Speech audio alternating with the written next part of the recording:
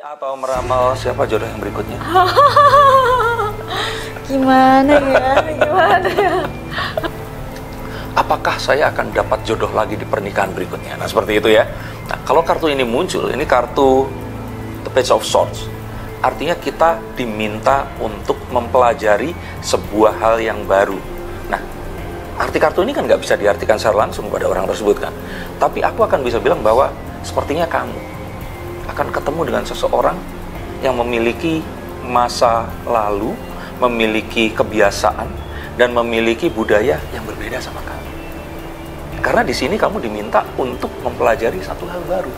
Kita berpikir untuk, ya sudahlah, masa lalu biarkan dia di masa lalu, fokus untuk hari ini dengan apa yang kita miliki, melihat ke depan apa yang akan terjadi, maka kita akan bisa lebih fokus dan gak overthinking itu tadi. Gak ada yang pernah ditakutin, Mbak, sama Mama, soalnya dulu selalu dibilang manusia itu hidup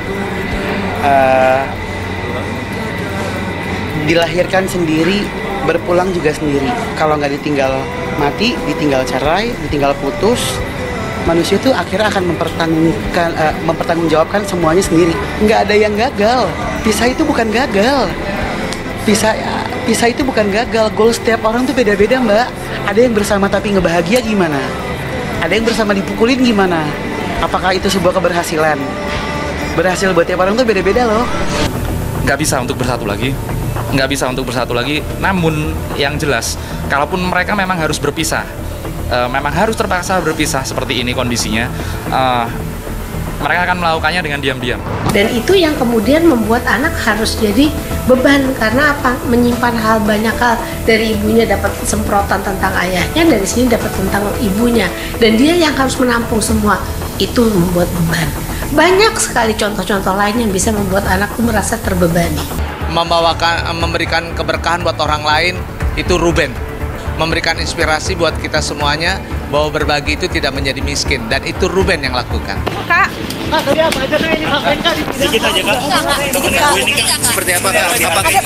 Tadi apa aja saksinya yang disampaikan di sini? Ya Kak, apa yang disampaikan tadi yang disampaikan sudah ada orang ketiga atau seperti apa nih Kak? Atau ada apakah kenapa bisa jadi saksi Kak mungkin Kak? Apa ada Kak? Dari sedikit dong Kak. Berapa lama kerja mungkin? emang dipesenin nggak boleh ngomong sama Koko Kak? Gimana Kak? Sarwenda sebut kebohongan kayak penyakit, sindir Ruben Onsu. Ruben Onsu dan Sarwenda dikabarkan sudah bisa rumah sejak 2 bulan lalu. Kabar ini sudah mencuat dan heboh di media sosial sejak 2 pekan belakangan. Meski begitu, Sarwenda membantah melayangkan gugatan cerai kepada Ruben Onsu. Saat ini, Sarwenda mengaku tinggal di rumah adiknya bersama ketiga anaknya. Kabar terbaru, Sarwenda hadir dengan kanal YouTube pribadinya yang bernama Sarwenda Official. Sedangkan di kanal YouTube The Onsu Family, Sarwenda tampak tak lagi ada di sejumlah konten terbaru.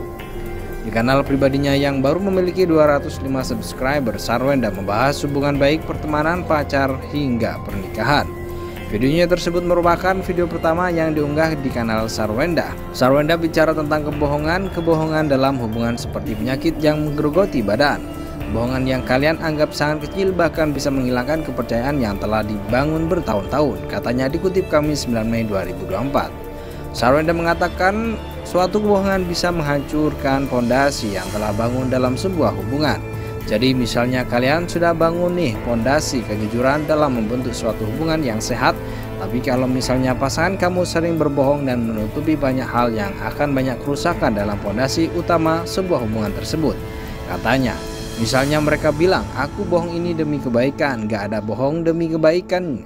Maksudnya kalau misalnya mau ya diomongin baik-baik gitu, dan misalnya semakin susah pasangan untuk jujur sama apa yang terjadi sebenarnya, itu adalah tanda ketika kamu berada di dalam toxic relationship, lanjut Sarwenda. Akan mudah jika hubungan tersebut baru sebatas pacaran, namun beda lagi jika sudah menikah. Kebohongan tidak akan mudah untuk dimaafkan. Kalau misalnya pacaran ya baik aja langsung. Kalau misalnya kalian ternyata sudah di dalam hubungan yang lebih dalam lagi, misalnya di pernikahan, emang bisa langsung baik kayak gitu? Ya nggak bisa, tegasnya. Sarwenda juga mengaku tidak dapat mentolerir kebohongan dengan alasan apapun, termasuk demi kebaikan. Menurutnya sekali seseorang berbohong, maka dia akan terus berbohong demi menutupi kebohongannya itu. Kalau misalnya emang ada masalah daripada harus membela diri lewat berbohong terus, kalau misalnya udah sekali berbohong biasanya akan banyak kebohongan-kebohongan lainnya untuk menutupi kebohongan-kebohongan yang sebelumnya. Jadi bohongnya ujung-ujungnya enggak akan berhenti-henti. Jadi enggak ada tuh yang namanya bohong untuk kebaikan, kata perempuan 34 tahun itu. Sekali orang bohong dia akan langsung toksik, makin bohong-bohong terus. Jadi utamakan kejujuran dalam membangun hubungan yang baik, ya katanya. Sarwenda sebut kebohongan kayak penyakit, sindir Ruben Onsu. Ruben Onsu dan Sarwenda dikabarkan sudah bisa rumah sejak 2 bulan lalu. Kabar ini sudah mencuat dan heboh di media sosial sejak 2 pekan belakangan. Meski begitu, Sarwenda membantah melayangkan gugatan cerai kepada Ruben Onsu. Saat ini, Sarwenda mengaku tinggal di rumah adiknya bersama ketiga anaknya. Kabar terbaru, Sarwenda hadir dengan kanal YouTube pribadinya yang bernama Sarwenda Official. Sedangkan di kanal YouTube The Onsu Family, Sarwenda tampak tak lagi ada di sejumlah konten terbaru. Di kanal pribadinya yang baru memiliki 205 subscriber, Sarwenda membahas hubungan baik, pertemanan, pacar, hingga pernikahan. Videonya tersebut merupakan video pertama yang diunggah di kanal Sarwenda. Sarwenda bicara tentang kebohongan dalam hubungan seperti penyakit yang menggerogoti badan. Kebohongan yang kalian anggap sangat kecil bahkan bisa menghilangkan kepercayaan yang telah dibangun bertahun-tahun, katanya dikutip Kamis 9 Mei 2024. Sarwenda mengatakan suatu kebohongan bisa menghancurkan pondasi yang telah bangun dalam sebuah hubungan.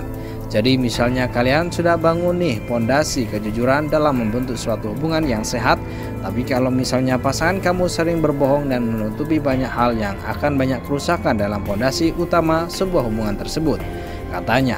Misalnya mereka bilang, aku bohong ini demi kebaikan, gak ada bohong demi kebaikan.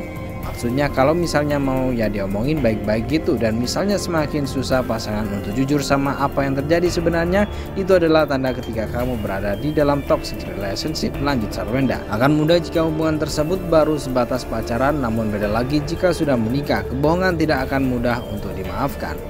Kalau misalnya pacaran ya baik aja langsung. Kalau misalnya kalian ternyata sudah di dalam hubungan yang lebih dalam lagi, misalnya di pernikahan, emang bisa langsung baik kayak gitu? Ya enggak bisa, tegasnya.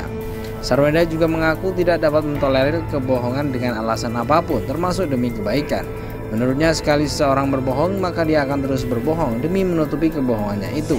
Kalau misalnya emang ada masalah daripada harus membela diri lewat berbohong terus, kalau misalnya udah sekali berbohong biasanya akan banyak kebohongan-kebohongan lainnya untuk menutupi kebohongan-kebohongan yang sebelumnya. Jadi bohongnya ujung-ujungnya enggak akan berhenti-henti. Jadi enggak ada tuh yang namanya bohong untuk kebaikan, kata perempuan 34 tahun itu. Sekali orang bohong dia akan langsung toksik, makin bohong-bohong terus. Jadi utamakan kejujuran dalam membangun hubungan yang baik, ya katanya.